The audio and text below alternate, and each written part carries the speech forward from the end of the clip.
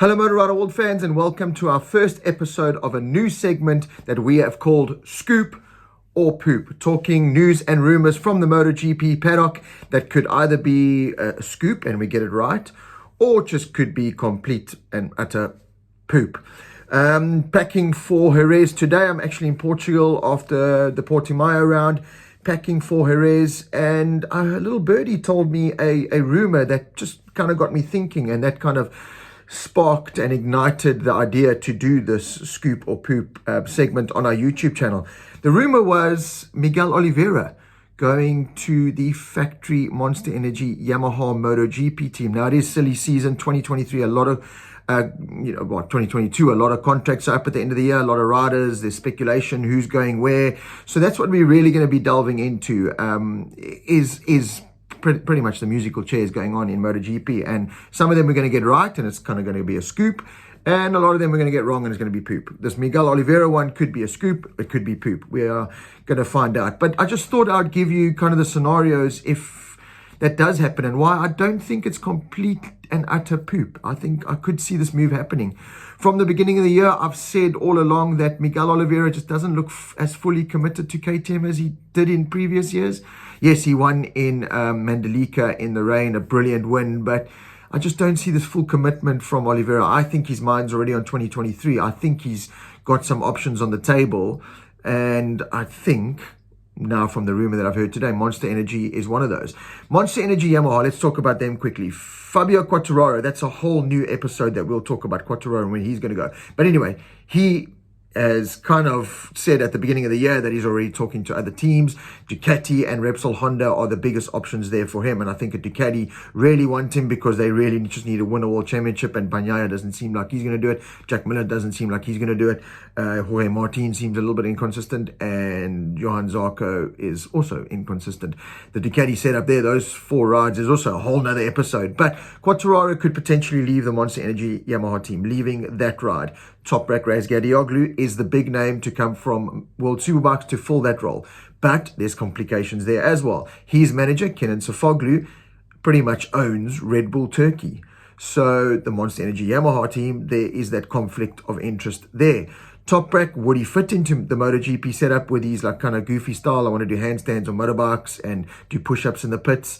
I don't know if the Japanese in the MotoGP paddock are kind of, that entertaining. So we'll wait and see. Will a Toprak's kind of personality fit in MotoGP?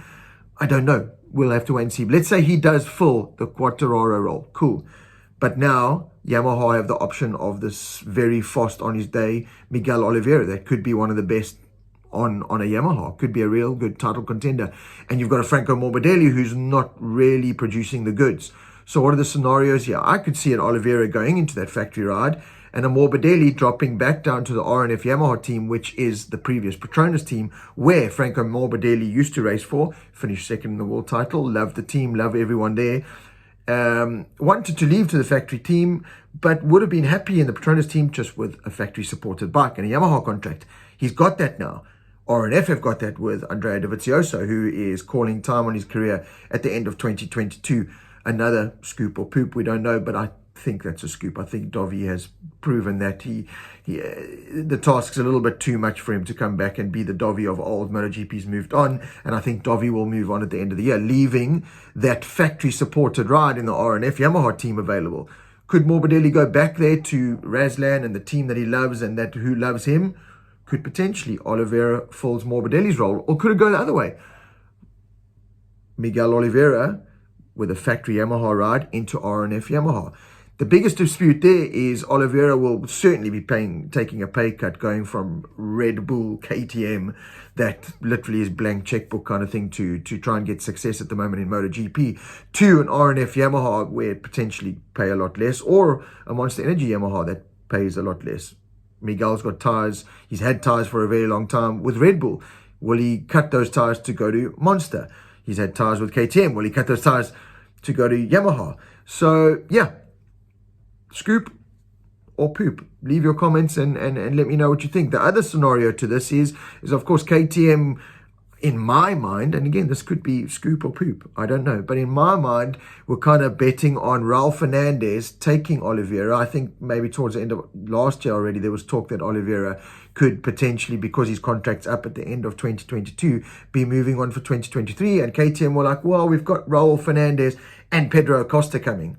Well, that hasn't really worked out because Raul Fernandez is kind of hating life at the moment and not, performing and not doing what we all thought he was. And Pedro Acosta, the same in Moto2. So I think KTM have said, okay, well, take a little bit more time. Let's get you fully ready before we put you up into the MotoGP teams. The other news there is, and this is a whole nother episode of Scoop or Poop, is Raul Fernandez not entirely happy with KTM. He didn't want to go to MotoGP in the first place. And could he take the R&F Yamaha ride on a factory-supported bike that Dovi will vacate? Or could he go to Monster Energy Yamaha? Again, another episode of Scoop or Poop. But in this episode, we have concentrated very much on the Miguel Oliveira scenario. So yeah, let's wait and see if we've got that right or if we've got it horribly wrong. But I could see a scenario like that play out. This is MotoGP, modern day after all. Anything could happen. So keep a lookout for more episodes of Scoop or Poop. Make sure you like and subscribe to our YouTube channel for more episodes of Scoop or Poop.